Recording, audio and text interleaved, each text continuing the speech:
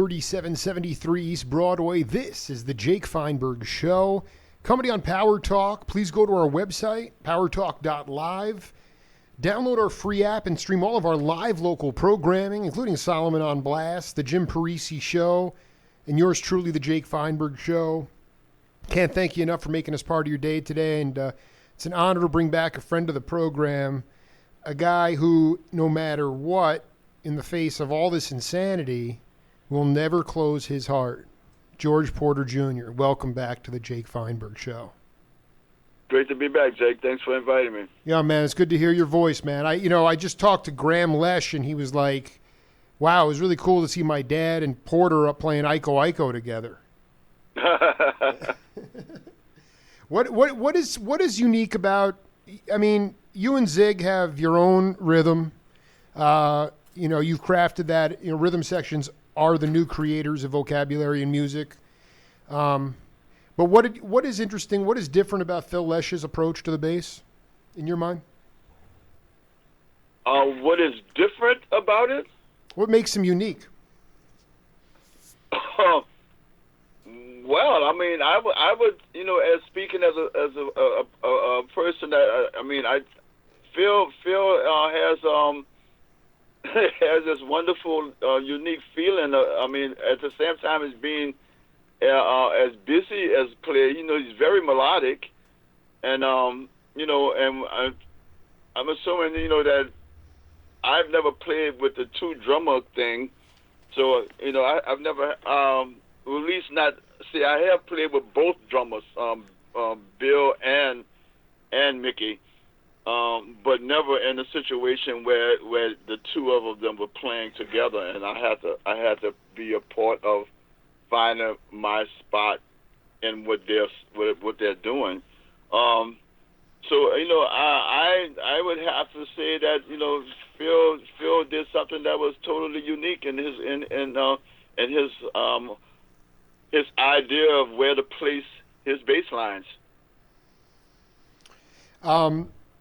Well, listen, we have a game on this program called Name That Voice. I'm going to put this in. I've been doing a lot of wood shedding since we last hung. I want to play this for you and see if you can get the name. And then obviously the content, and we'll come back and break it down. Okay. And playing these little places. And it was rough. Now, some places, man, like Alabama, we ran across some real stuff where they wouldn't feed us at a truck stop, and these truck drivers, they see our bus up and down the highway, so they would know we traveling the same route they traveling. So these truckers, they heard the lady say that they're not gonna serve our kind, in the restaurant. And now this is 1968, this is important, man. This is really in Alabama, man. And these truck drivers say, well, if you don't feed these guys have been traveling longer than we have. They're hungry. These are white truck drivers. They say, if you don't feed these guys, I'm going to get on my radio and tell every trucker, don't ever stop at this place again. Wow. And man, whoa. You talking about a big change on their faces, Wow, man. So, All right, who do you think that is? Leo Nocentelli. Good guess. Paul Boudreau. Whoa, that was Paul Boudreau? Boudreau, and I think Boudreau was he a mentor to you? I'm sorry, say that again? I mean, what was his... Yeah, Boudreau was talking about being on the road with John Simon. I did that interview back in the fall. And wow. Yeah, man, and I wanted to know about a story that's about humanity right there. And I want you to talk about being on the Chitlin circuit, whether it was with an R&B band or... I mean, can you talk about a time of unity that you witnessed with your own eyes? I mean, I think for him, it was just an inspiring situation. Well, I have to honestly say, man, that the Meters never really had run deeply into. I mean, we were on the road in the late '60s or throughout the early '70s. But I think the most probably scary parts of traveling in the late '60s, up and down the highways, was the fear of running out of gas in one of these little small towns where actually it happened one time, and we were running out of gas, and before we ran out, Arch selected to pull off the road, and there was a service station that we saw. It was closed, but we just pulled off, and it was probably another 2 or 3 hours before that service station would open up. And we parked in front of the service station, and just kind of fell asleep in the truck. I mean, not the truck, but in the station wagon, just waiting for for them to open it that next morning. And please don't say there was the sheriff came over, and he kind of turned his lights on, and and kind of woke us up, and Art got out and talked to him, and the guy knew the name Art Neville, never seen him before, but he knew the name Art Neville, and he for Art to prove who he really was, he had to sing Shaduki Doo. That's because back in the day, I mean, that's what that was like around, I want to say that was like 1968 or something, like 1968 or early. No, I mean, Yusef Lateef, you didn't want to get caught in a back road town and have a mechanical breakdown, because you could feel that vibe after, if you guys had gotten stuck there, like those places would run you out of town. I mean, there was Clan there, So I'm just. It went very far because we didn't have enough gas to get out of town. You took a rest. You fell asleep, and then it was early morning. What time of day was it? It wasn't quite morning yet. It probably was like 6 o'clock or something. It wasn't bright, and the gas station still wasn't open yet. How much did you? I mean, were you with R&B bands? I know you. I mean, like there was such a circuit there. Jack's Fiesta Club in Tampa, and all. I mean, I know I'm predating you a little bit, because like what's been revelatory, George, is that Sonny Rollins, Coltrane, Jimmy. I mean, so many. Tootie Heath, all these. They all played R&B before they played jazz. Yeah.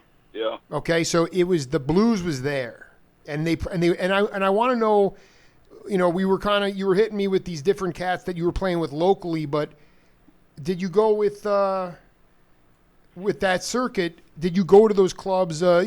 Mitchell's High Life in Alabama, and your experiences there? No, I've never. I don't believe I played that particular room. No. No, and the truth is that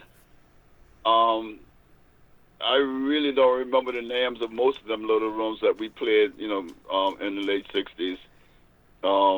Was there an R&B band before the Meters that you were part of?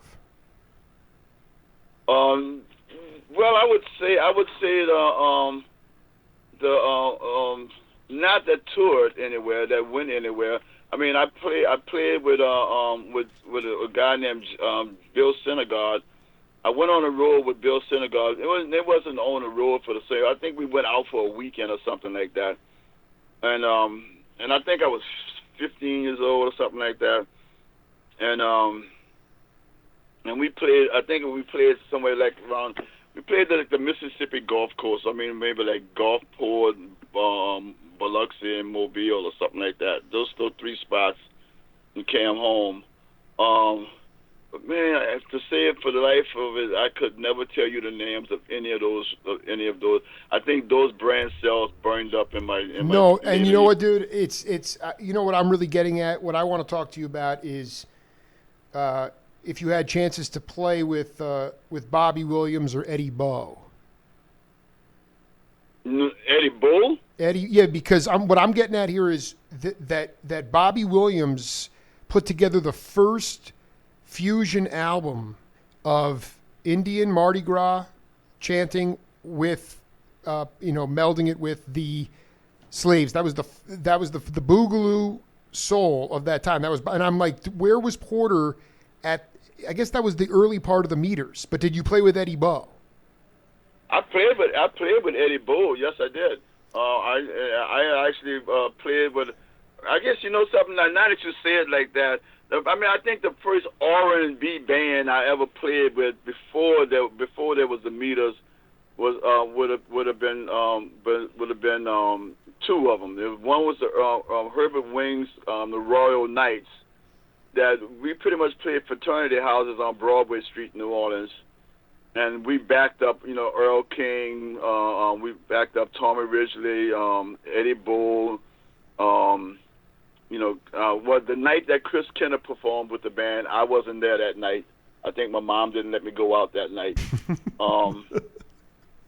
Tommy Ridgely, you know, and Benny Spellman. We kind of the fraternity houses would hire a band, and then they would hire the artists, you know, to come in and play with with that particular band. And we you know, I was with Herbert Wings at the time, and mostly I wasn't really a member of the band. I was like the first. I think I tell everybody that I think I was the first roadie in New Orleans. Really? I moved equipment, helped set up equipment, helped tear down equipment. Wow. And when somebody in the band, basically the drummer needed to go to the bathroom or might have needed to go talk to this girl for a few songs, I would play drums for a little while. I would play bass for a little while. The guitar player rarely ever left the stage. So it was between the drummer and the bass player that I might get to play a little bit. You know, in those early years. And then the next band would have been with Walter Washington. Mm-hmm. But it was a Frank Moulton's band. But then again, like I said, they weren't touring bands. They were strictly local bands. The Frank Moulton's band that Walter Washington was a member of, when I first met Walter, was playing at a club called the 808, uptown New Orleans.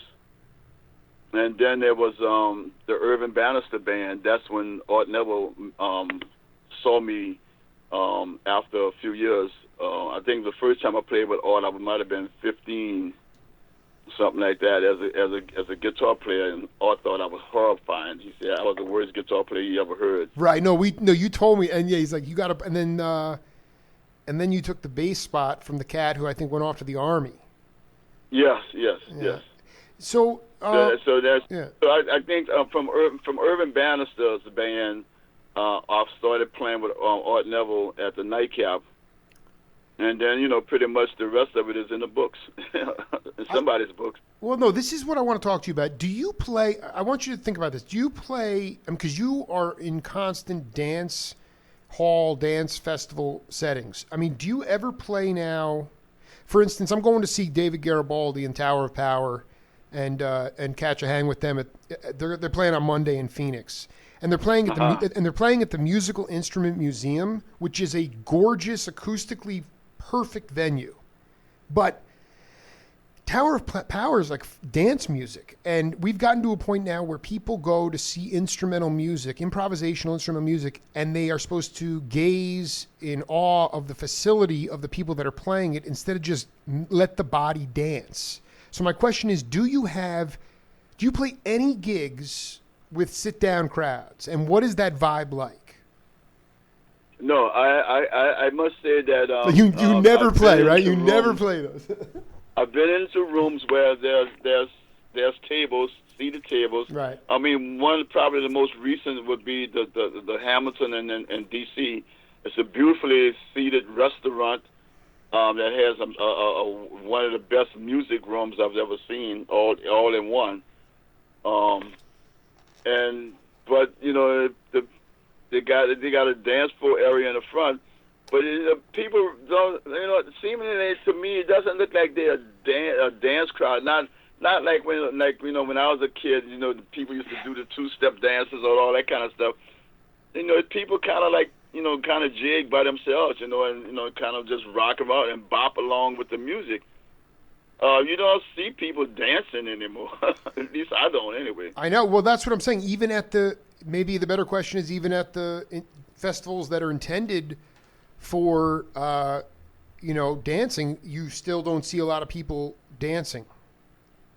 No, I mean, I think what's happened is, you know, with with music becoming, the iPads and the little Walkmans and all that kind of stuff, people have gotten into the it's not group music, and although they're all in a group, but they're all acting to the music as individuals. I mean, with the earplugs in your ears, and you got your music on your iPad, and it's not like you're not listening. You're not listening to the other people. Right. Yeah. That's what I want to ask you though. Is with the meters, you talk. Can you put into words? This is so important because you guys were the regional band of your time, signature funk sound, but the message from the meters was raising the first of all, being happy, playing your instrument, but raising the collective consciousness of the audience and then feeding off the vibrations of that consciousness. And I wanted you to talk about how you guys cultivated that, because that's what's missing today. People are distracted. They're not in the moment rocking out. They're not in that. They're not marinating in the spiritual part of it. So how did you guys go about connecting with the audience to raise the collective consciousness, transcend the music, and ultimately, inspire a lot of peeps? Well, I personally think that we missed that ball. Really? I don't think the band ever made a conscious effort to think of how to capture and hold an audience. I mean, I don't believe that we were ever put in a position where we had to do that. Where we had to think about, well, that's we losing this audience. We got to do something to get it back. Frankly speaking, I don't. I'm not sure if it's well, it's not an ego thing. We just never did that. We really didn't have. I'm not going to say that we haven't lost people in the audience. No, I'm not going to say that. But I think that if you're lucky enough to start out with a full house and end with 2/3 of that house, you did good. Talking to George Porter Jr. here on the Jake Feinberg Show. One of the revelatory things, I just straight up, can you talk about a musician that you play with or have played with where they have impeccable time, but the beat falls in the weirdest places? Like when, because like I was talking to this jazzer, Jack Wilkins, and brilliant jazzer, and he was talking about Johnny McLaughlin and Al Di Meola, and they have impeccable time, but their playing is jagged. And I'm like, I wonder about Porter. Is there a cat you can point to that the beat just falls in the weirdest places, but they have impeccable time? Well, there probably are a few very well technicians like that. I mean, John Vodakovich would be one of those technicians that has wonderful times, but he thinks. He's almost like he thinks in one. Every beat is one. James Brown, yeah. Yeah. So, but I mean, Terrence Houston is one of those wonderful drummers that, I mean, he plays some stuff in the middle of a pocket, and that would trip the whole band up. But he would always put us right back in where he knew where one was. That no matter what. Right. You had to take charge. You hear some of those motions that he make, and so you just have to sit there and wait and make sure that how he's gonna come out of it. I mean, I've over the last 7 years, I kind of read him much better than I did when I originally met him, and I think now that since he's been playing with me for 7 years, he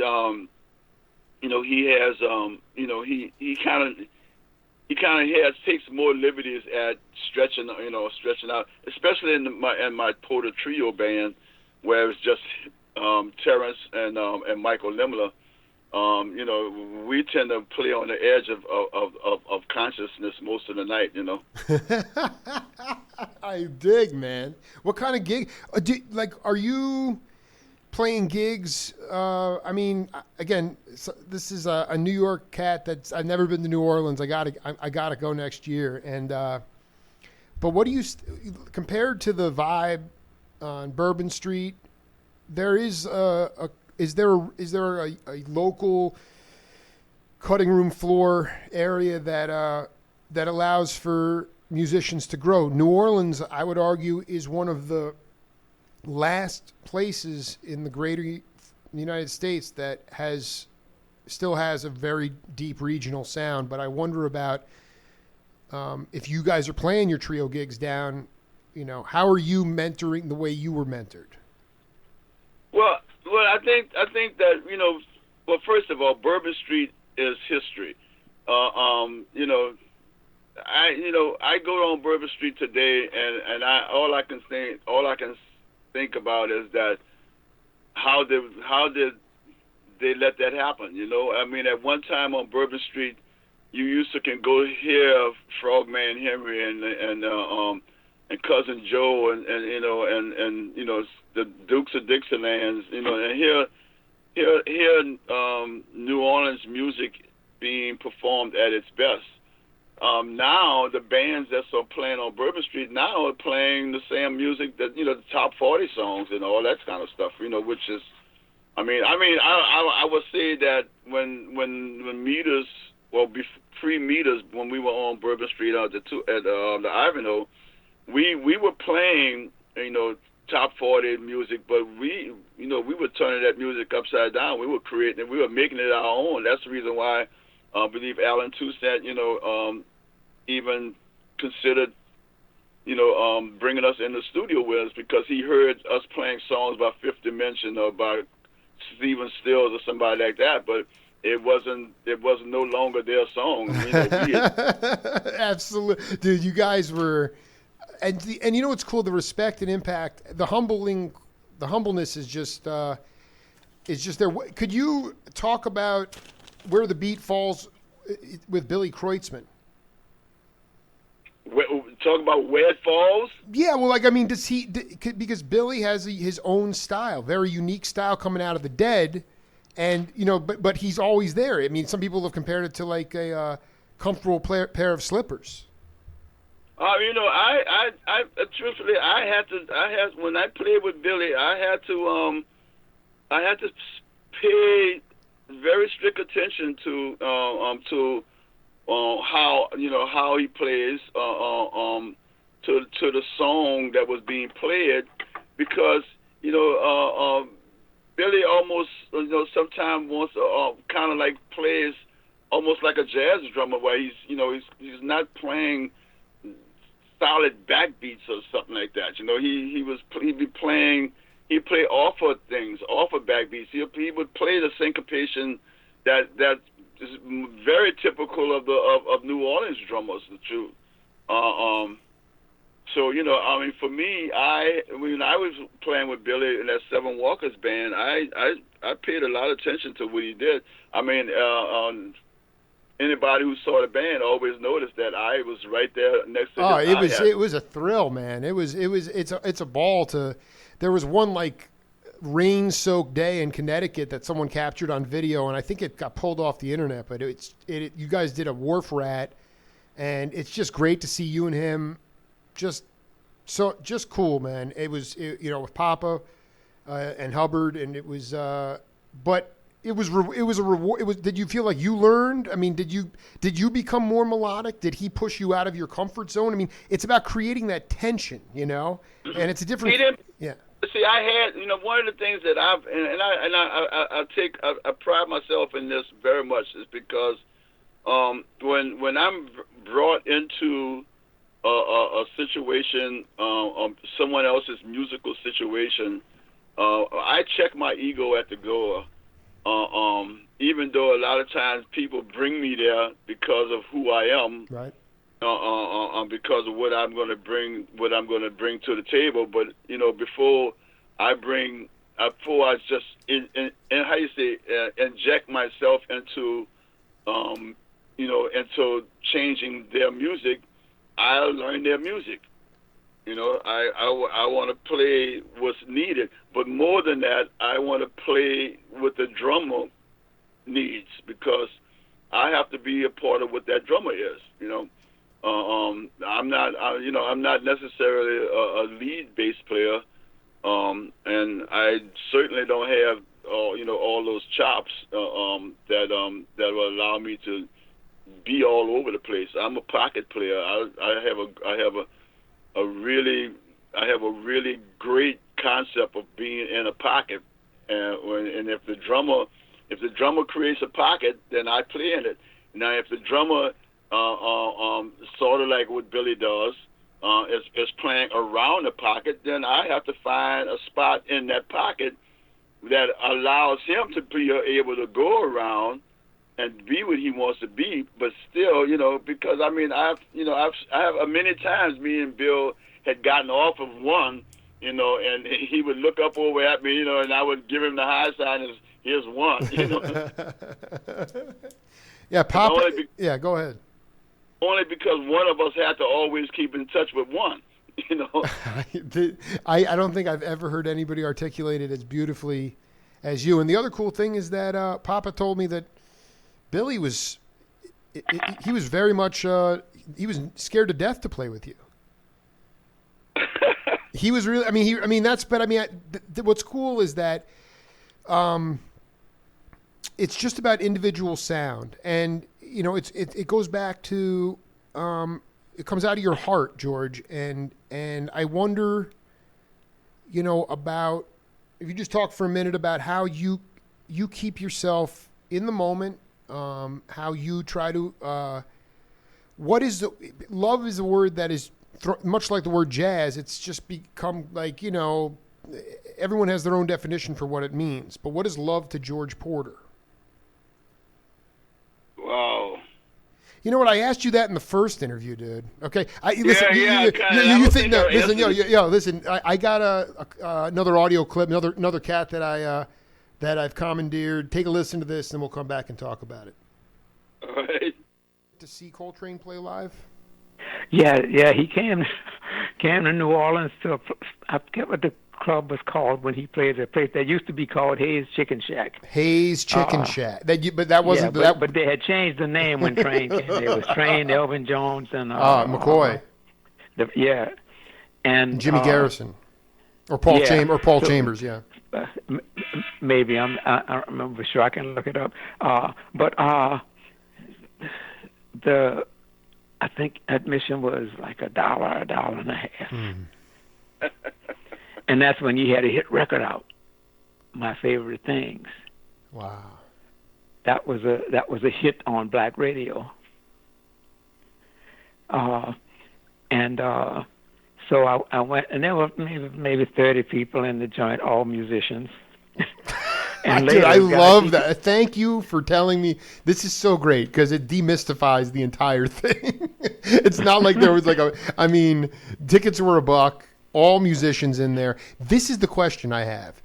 I know that, first of all, did you get influenced by, did it happen that night where, because I know that there'd be times where sometimes McCoy and let me see if I can get this straight.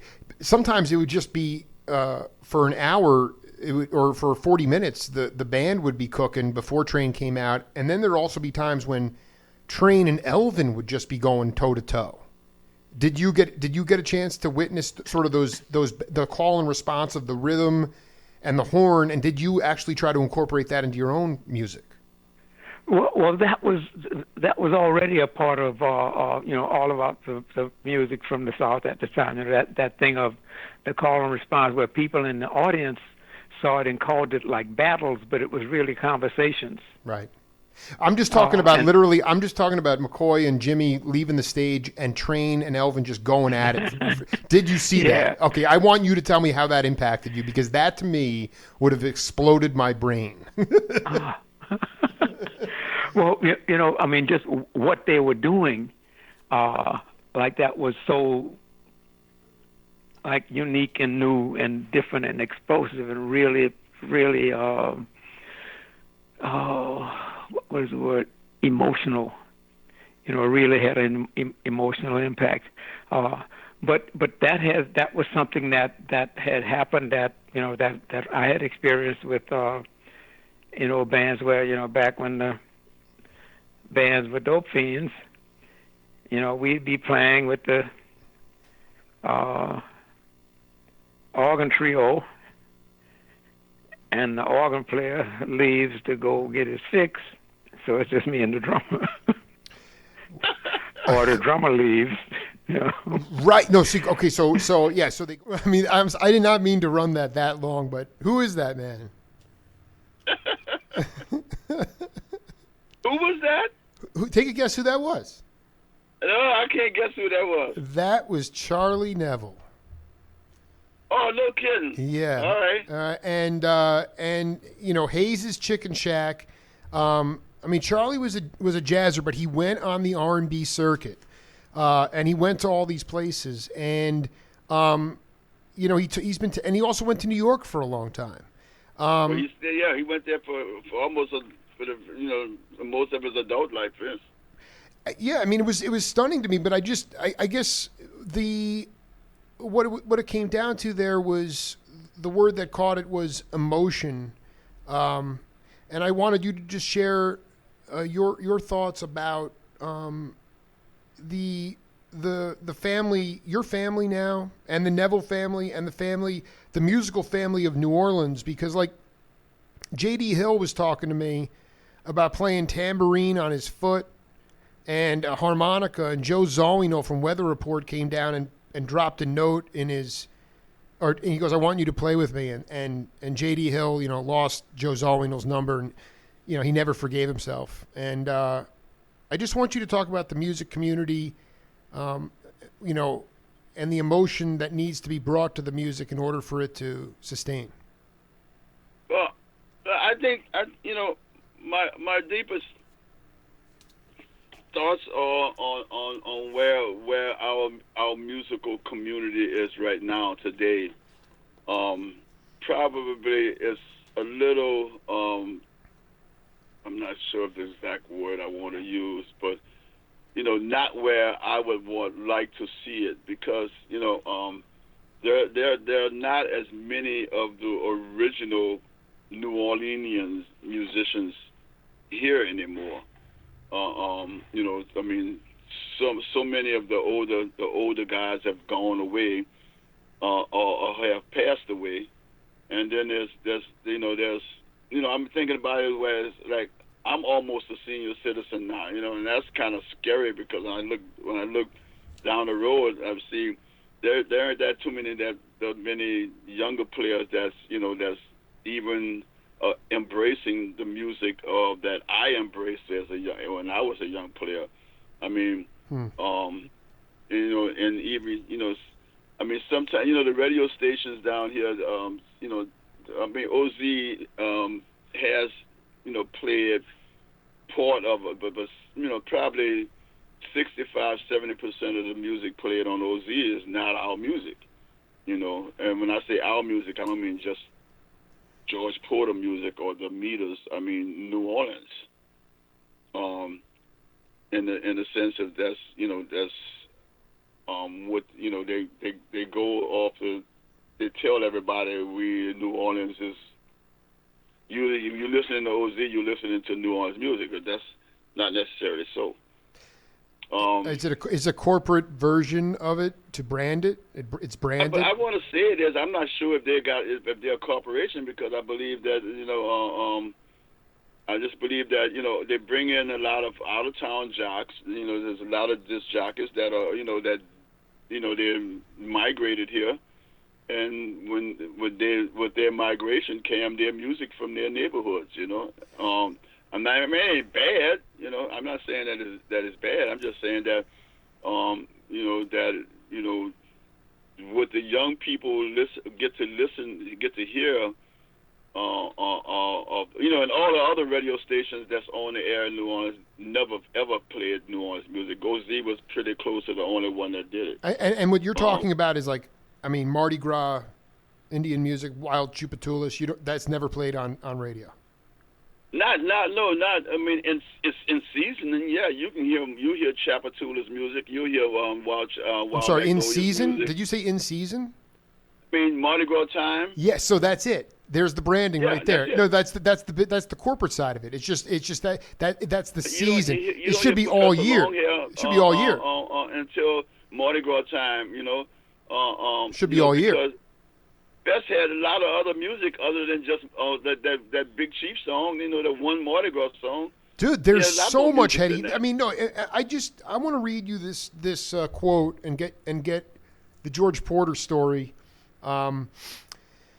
This is from Boudreaux. He said, "My mother was raised on a plantation in Napoleonville, Louisiana. She told me some of the Indians in the area would protect the runaway slaves. They would take them in and disguise them as an Indian. She told us we had some cousins who were half-breed Indians. Some of our ancestors ran away and got with the Indians. Those family members used to come back with tambourines and drums that they got from the Indians. She told us as kids they would be the ones banging on drums like old hymns and such. I said, 'Wow, Mama, that's fascinating.' Indians didn't really play rhythm besides maybe a flute. It was all about rhythm, and with the Indian beat and the African beat, it bled over to New Orleans.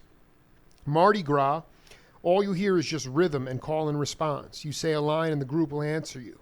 The first song I recorded was called Boogaloo Mardi Gras, Bobby Williams, and it was a call and response. That was the first record recorded in New Orleans with the call and response Indian song. Later on, the Wild Magnolias did something in the 70s, but Boogaloo Mardi Gras was cut in 1969. Do you remember that? Is that call and response? Do you remember that tune? And did it? No, I don't. I've never heard that one. Oh, I got to send that along to you. I mean, can you talk about a story about the that from your background, or just something about the? I mean, a lot of people think that from my generation, I'm a Gen Xer and younger, that no black people or people of color were in the States prior to slavery, and then everybody got here. And the truth is there were a lot of people here well before that. And can you talk about your understanding of the trust between the Native Americans and the slaves and how that ultimately fused into the rhythms that Paul was talking about? No, I can't talk about that because I really don't have any knowledge of that. And my grandmother's, my mom's mother, grandfather was a pure blood, Chippewa Indian, and there was a picture of him on a wall in my mom's house, and I used to me and my little brother always thought it was an old woman, but we never said anything about who it was, and it wasn't until probably 10, 15 years ago that we asked the question. And my mother said that was her great grandfather. Wow. But I mean, so there's a trace of Indian blood in George Porter Jr. Beautiful. But the history of our of where. Well, let's put it this way. Well, is that aside from it being what's the health of that indigenous music in New Orleans at this point? To me, like we were just talking about the radio sort of with the stratification. There's so many genres out there, but specifically the original music of that's what you said before. There's a lot of people coming in from out of the state.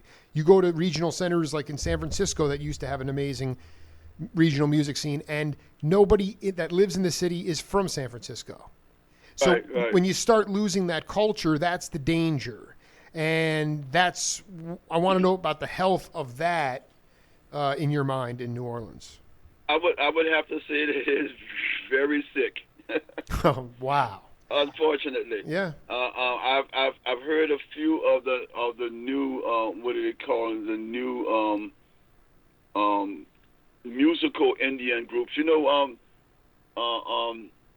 It probably wasn't until Willie T did Wild Magnolia's first recording that put Now you said about the Boogaloo thing. I've never heard that track, so I don't have a clue what that was about. Dude, I can't.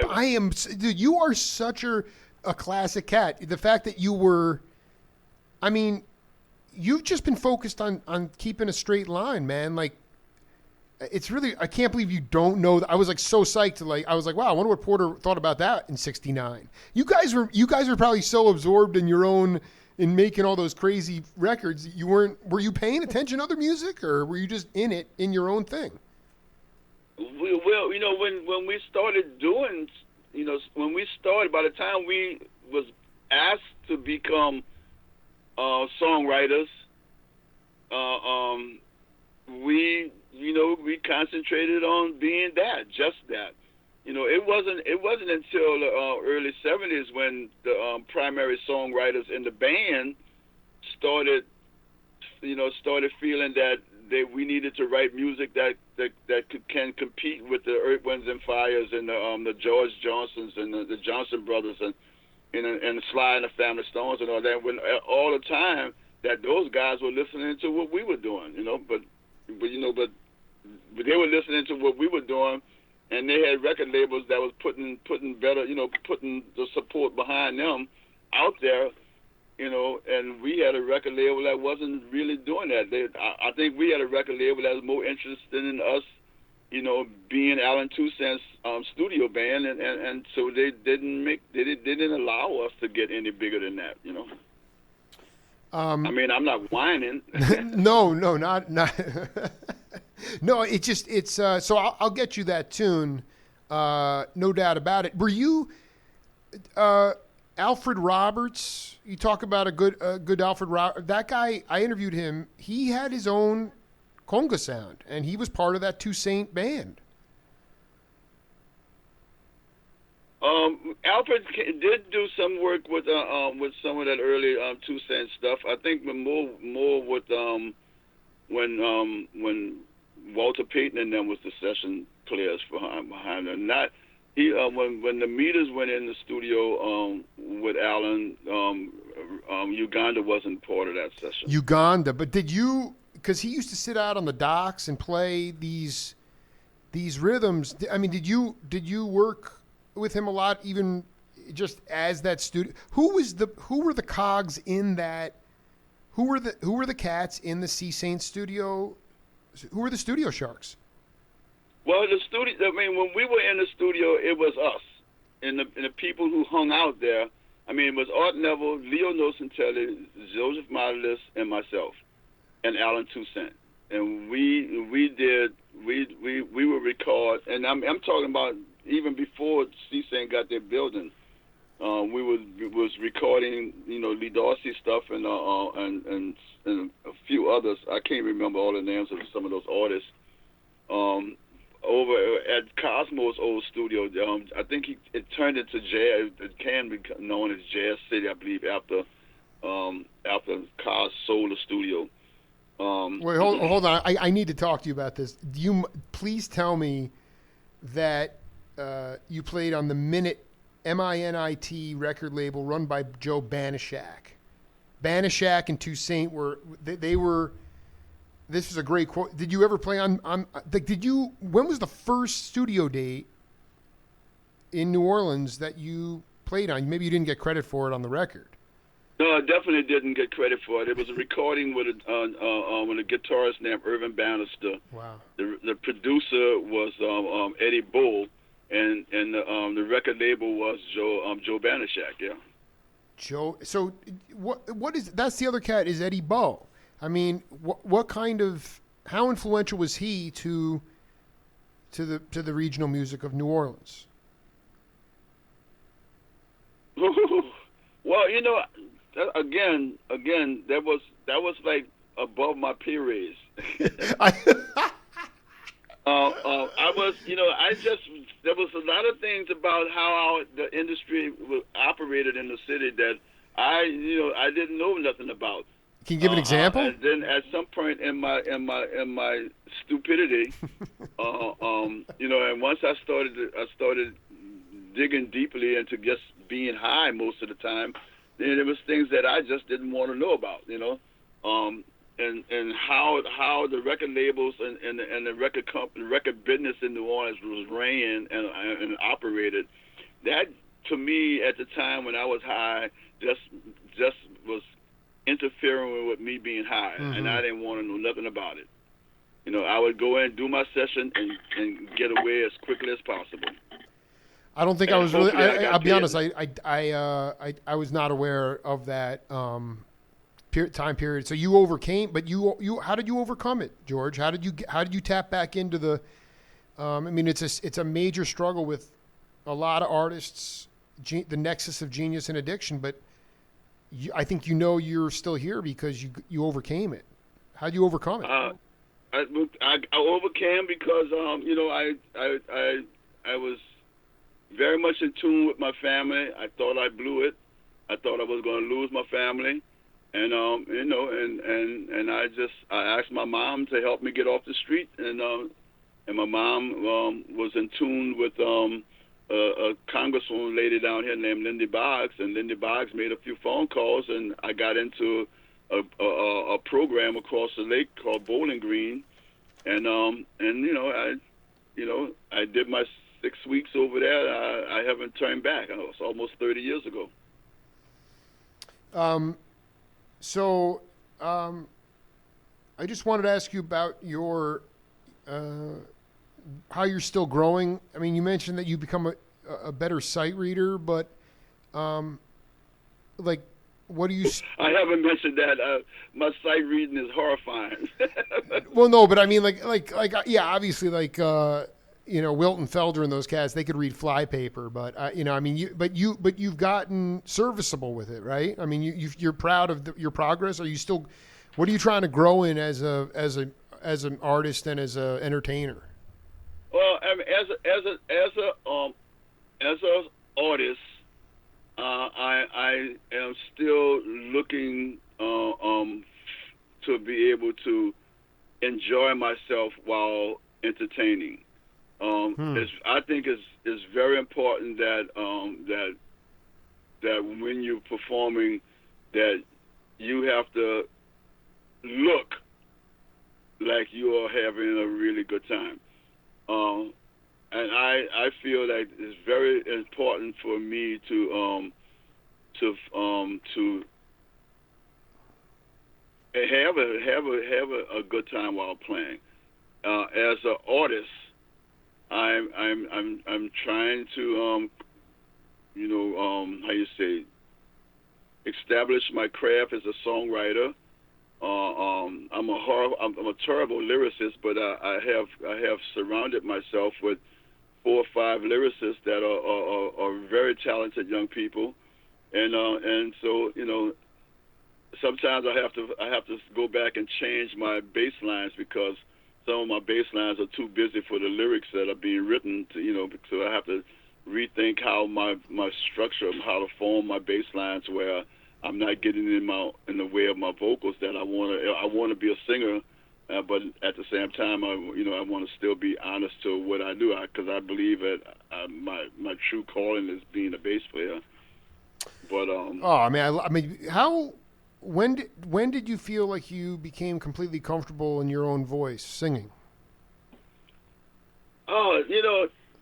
I think that's probably 40 years ago, I think. When I was playing on Bourbon Street, right? Well, not Bourbon Street, but when I was playing on Decatur Street with David Lasty, I was hearing people sing, and I was saying to myself, I could sing that better than that. I feel that my voice could be much better on this song than what I'm hearing from this person or that person or whoever that person. And there were people used to come up and pay David, money to let me sing a song with the band, stuff like that. You drop $100 in a little hat, So naturally we let him sing, And some of these people were, professional singers that was traveling, but they were in town with their little group or something like that, and they wanted to impress the people that they're with, so they wanted to sing.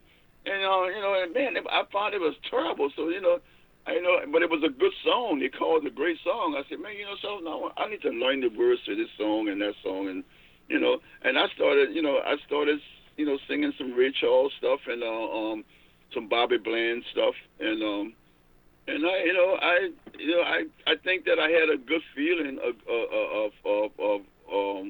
singing R&B songs.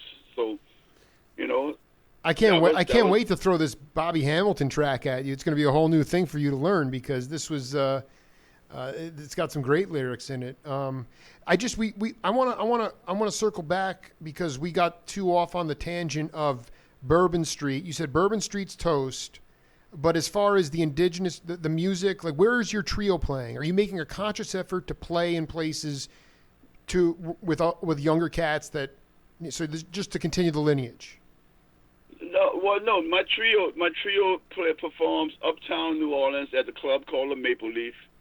And we play every Monday night there, and for the last year and a half, we've been multi-tracking the gigs every night, every Monday night, and I'm just, I am like, well, I guess you want to say, stop. I want to say I'm into like 2 terabyte hard drives, almost full of multi-track recordings. And what I need to do is take a month off and just go through some of these recordings. And there's probably a really good gig in there that we can lay. Most of the music, that the first 45 minutes of that gig is almost all just off the top of our head, just playing and playing off of each other. And there's music there. That's what I'm really excited about, that trio. That's what I'm pushing my energies towards right now. Also, there's music. We were in the studio in my home studio. We have 11 tracks recorded, and probably 6 or 7 of those 11 tracks will end up collaborations with lyricists to become vocal songs.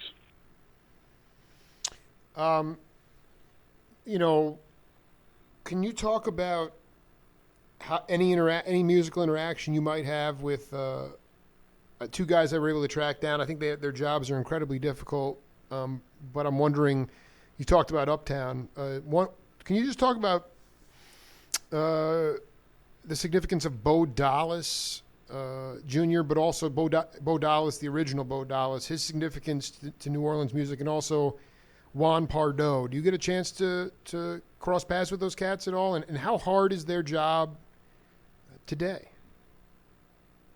No, I'm sorry that I really don't have very much input on either of those guys. I know young Bo, but I think I probably have only seen him perform maybe once or twice. Well, what about his dad? You played on his dad's records? No, I didn't play on his dad's records. Who was that bass player? I've been trying to figure this other stuff. It's been mind-boggling because none of that stuff's listed. I mean, who was... I want to say the first record might have been Irvin Charles, and the second record was Julia Foreman. So basically, when Porter was on the road with the Meters or whatever, and was there another bass player that was like, who were the cats that were the second call guys for studio? For Alan? I mean, I mean, how many studios throughout? Well, there was probably 4 or 5 little small studios stuck in corners in the city. I mean, I believe that Eddie Bo had a room somewhere. I had no clue where it was at. He had a room. There's no doubt he had a room. And and also Dave Bartholomew. I mean, I know Dave Bartholomew probably was recording. I'm not sure if he was doing it in the city or not. Wardell Quazel, they had a place down there on Orleans Avenue, and I think it was just a little room, and it was, it wasn't, what we would consider.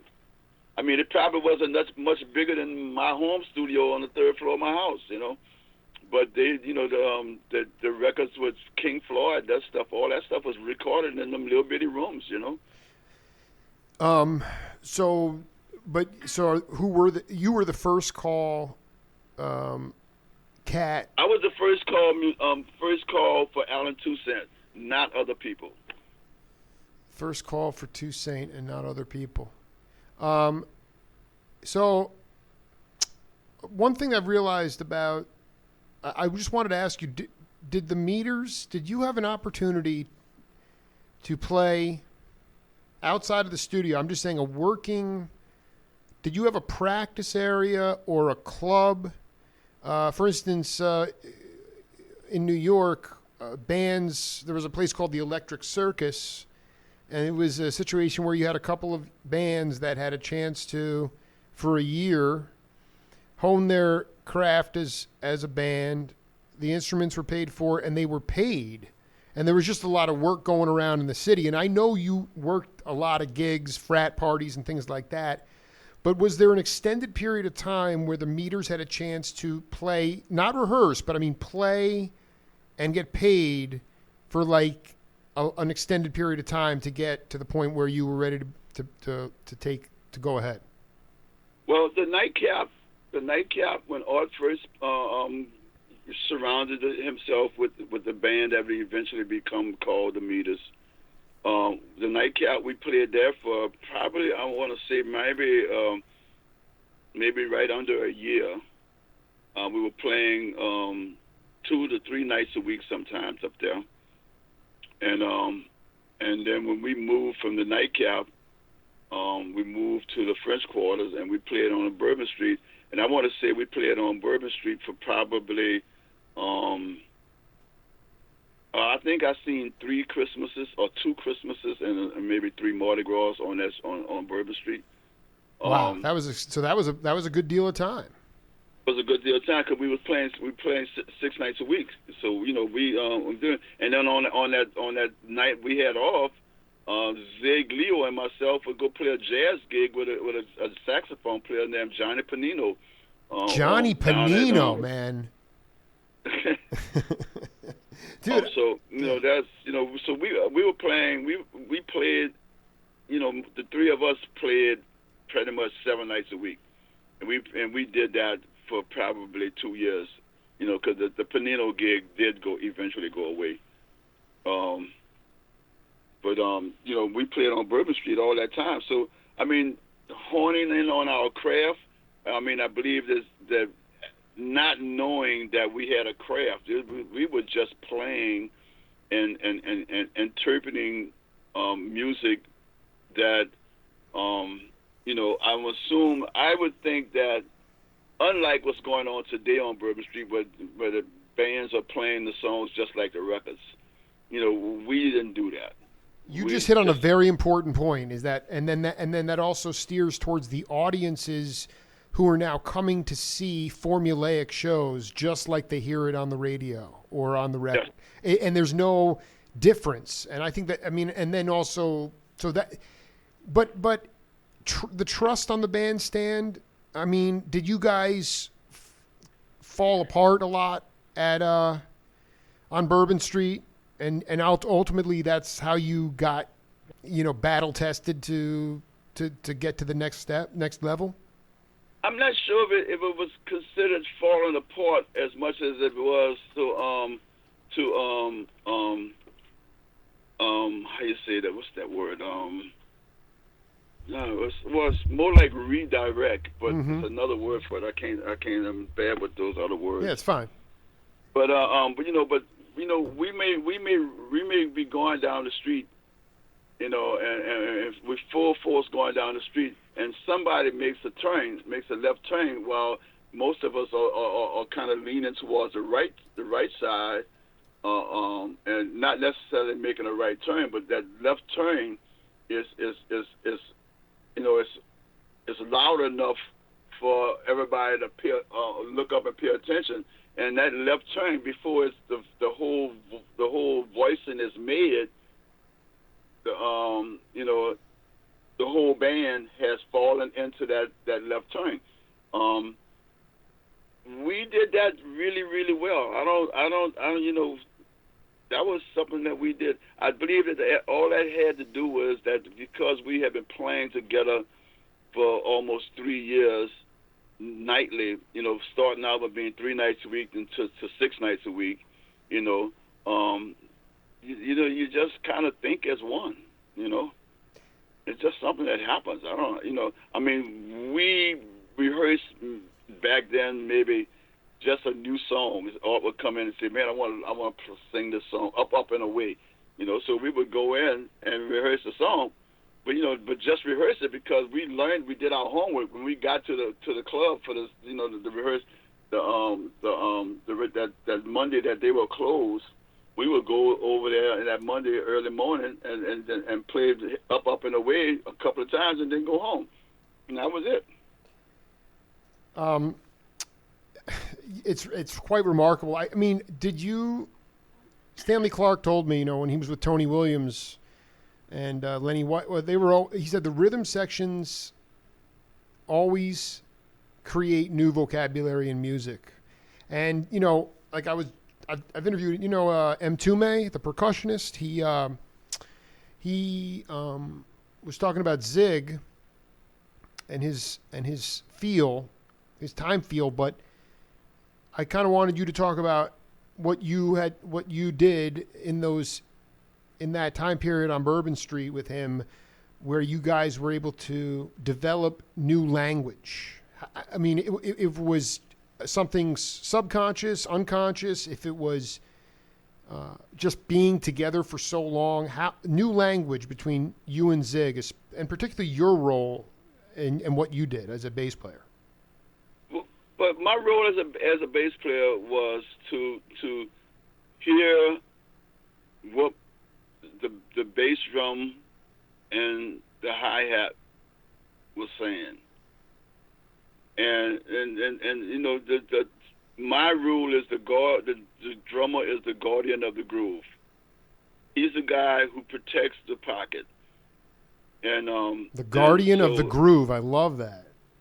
So we have to. So as a bass player, I found that it made most sense for me to be a part of his pocket rather than trying to play against it. And sometimes there were times like, well, say for instance when I played with Professor Longhair, and Zig was the drummer, and a couple of those things with Professor Longhair. Then I had to figure out a way to play Professor's left hand, but not get in the way of his left hand because I couldn't note for note what he played in his left hand. I just had to play part of his left hand, but at the same time be conscious of what Zig is playing as a drummer. I always just like to say that I listen to everybody in the band on stage when I'm playing, and I think I've just developed this feeling for for paying attention and playing off of everybody. It's not necessarily that I don't. I think it is very necessary that I do that, because I find that when I do that, the gig goes down much better.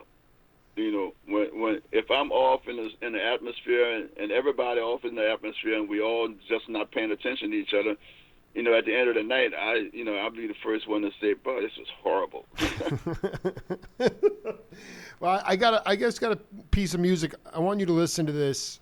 People can be the judge. Porter is very modest cat, so take a listen to this, and then we'll break it down.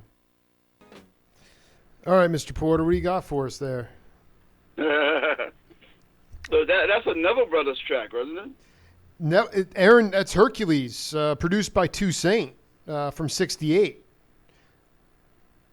From '68. Yeah, and I'm thinking that, that must be us on that. Then. No, listen, I'm going out on a limb here, George, because there's a 45 here. It says produced by Toussaint C. Saint Records. You said he was first called. I mean, it sounds like you cats. Just Hercules has been recorded a couple of times. I believe the Neville Brothers did it also, but But if that's 69, then that's definitely us. Oh, dude, it's 68, man. I have a double LP of this stuff. I'm like, that's George Porter Jr. on that, man.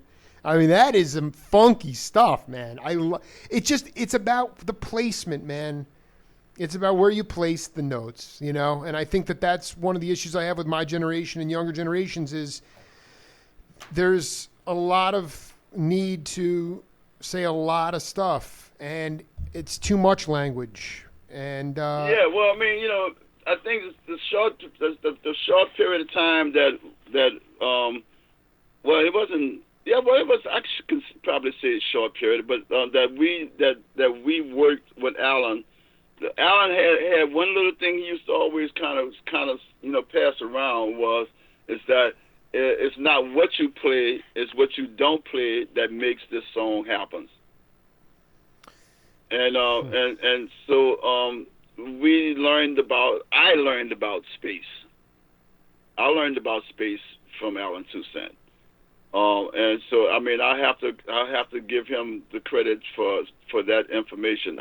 Before then, I probably was. In fact, if I listened to parts of that very first Meter album, you know, I was pretty much a kind of a busy bass player. But by the time we got to the second Meter album, the Look of Pie Pie record, my playing had changed drastically from the first album to the second album. And by the time it got to that Strutting album, I was playing much better space than I ever played in my life. Yeah, I was going to say that. I mean, was it something where he would say, George, you don't need to play all that? I mean, would he stop takes? And I mean, was it just something that you learned through listening, or would he actually just like, you know, say you're... No, he would stop. He would stop and say, you know, he would stop us. Yeah. No, you know, so if something wasn't going very well, some of those sessions we did with Alan, you know, there might have been 12, 13 takes of that song, you know, because there was one part in it that he didn't feel good about, you know, that the bass line or the drum line just didn't click. I'm gonna before I let you go, I just want to. It's just so great to hang with you again. But what can you just talk about inspiration? How you gain inspiration? Is it in your life all the time? And what are you looking to do to make sure that you? I mean, we're at a critical juncture in our country's history, and I'm just wondering if you have a calling to be more of an advocate than you've already been. If there's something that you are looking to push forward in the new year, aside from what you're already doing. No, I mean, I think in the new year, I'm want to concentrate more on. Well, you know, I mean, the new year for me is going to start totally. So it's. I mean, it's this year is ending. So you know, right. So strange because you know, I mean, we just buried my wife. We were in December 28th would have been our 51st year of life on the planet together, and you know, she passed away 2 Mondays ago, and then we buried her this past Monday. So I'm ending the year, you know, minus an important role in my life. And you know, I'm gonna start next year without that role as well. But you know, the part for me that helps me survive that particular loss is the music that I surround myself with. Because I'm gonna submerge myself into the music. And you know, because it's too easy for me to go and submerge myself into drugs and alcohol again. I'm around it every day of my life. You know, everywhere I play, it's there. You know, so you know, I think that it's very important that I do the real important thing is stay sober and stay musical. Well, first of all, the last time we talked, I asked you about love, and you brought up your wife. And so she will always be there for you as well in your dreams. And how many different musical settings are you going to immerse yourself in? I mean, is it in order for you to stay occupied and focused and in the moment? Well, I'm gonna do one at a time. But no, I have the Porter Trio, which I'm very, very, very excited about. Are you playing? Is that like fusion? I mean, I can't. I would love to. I would love to hear some of that stuff. It's it started out as I'm sorry, I hate that word too. I really didn't mean to use that word. I hate that word.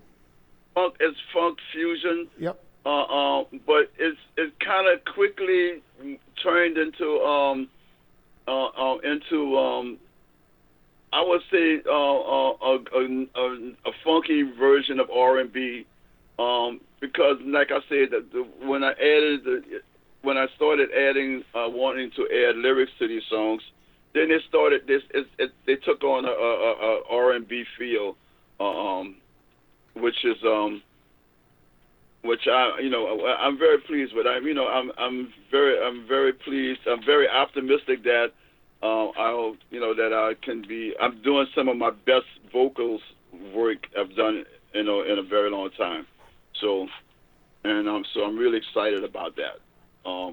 Are you so that's your group as a leader, and then are you I mean, do you think that do you have any interest in the Seven Walkers coming back?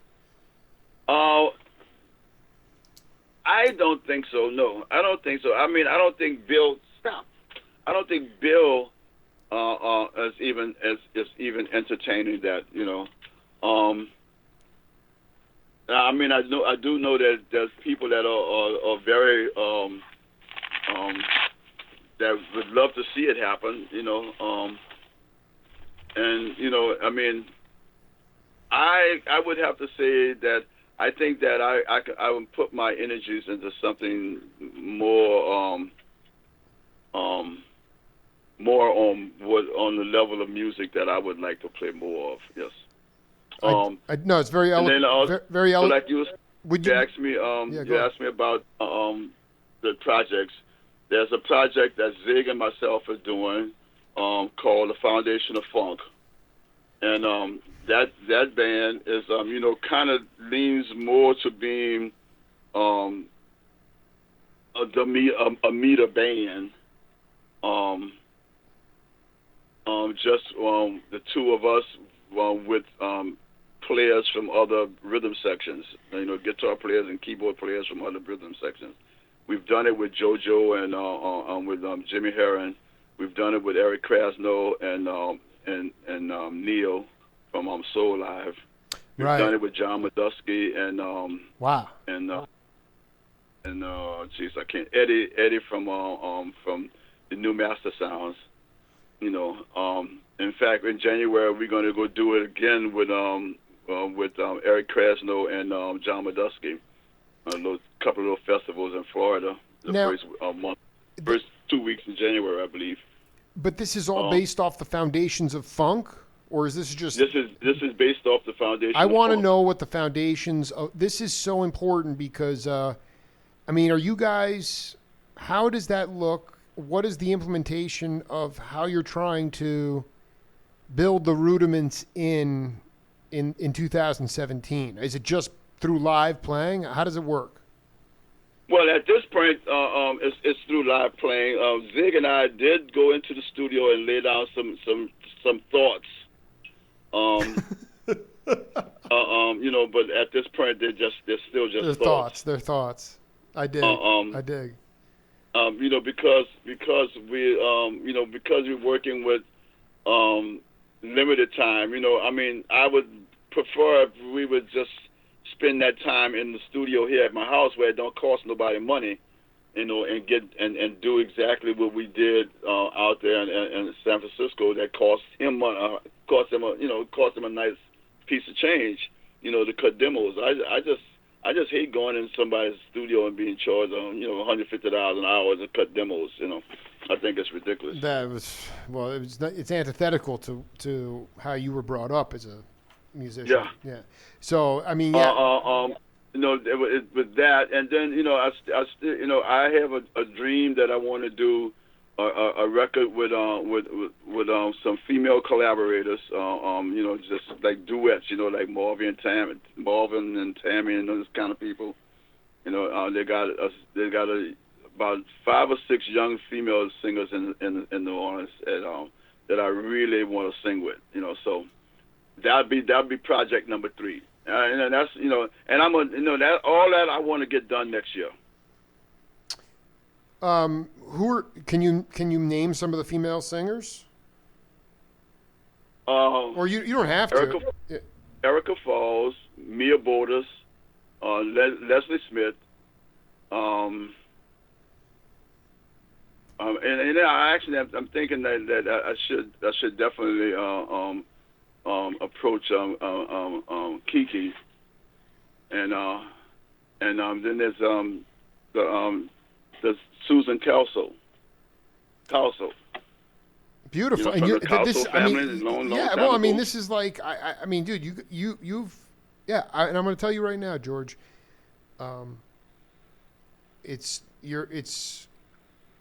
stay away from, it's the fact that the party element of the scene is there all the time is, it's a reality, but you are thinking completely the right way, man. And, Mardi Gras Boogaloo to you, man. We all are living in our own, we all have to toe that line, man. So you're on your way. Absolutely. Yeah. And I pride myself on trying to continue, continue a positive place for myself. I credited my wife for so much of my being, and I don't want her to let her down by falling down. Well, yeah, that basically sums it up. By the way, do you think could you help me connect with Zeg, man? I've never been able to catch a hang with him. Keltner tried to get me to him, but I don't. I mean, like, is there like some impenetrable wall? Like, I just can't get to him. I'm not surprised, and no, I can't. All I can do is tell him that. Forget that. Yeah, no. Listen, Porter. And I'll forward it to him. Maybe you'll get. Mardi Gras Boogaloo comes in 2 parts, and I'll send those your way, man. But let's talk soon. My goal is to get to New Orleans this year, and during a time when the trio's playing, and we can meet in person and catch a hang, man. Sounds great. Yeah, much love, Porter. Love you, man. Thank you, Jake. Have a good day, man. Peace, George. Bye-bye. Bye-bye. Part 2 in the books with George Porter. We're going to leave today with what we talked about. Mardi Gras Boogaloo. It's the Jake Feinberg Show. Peace.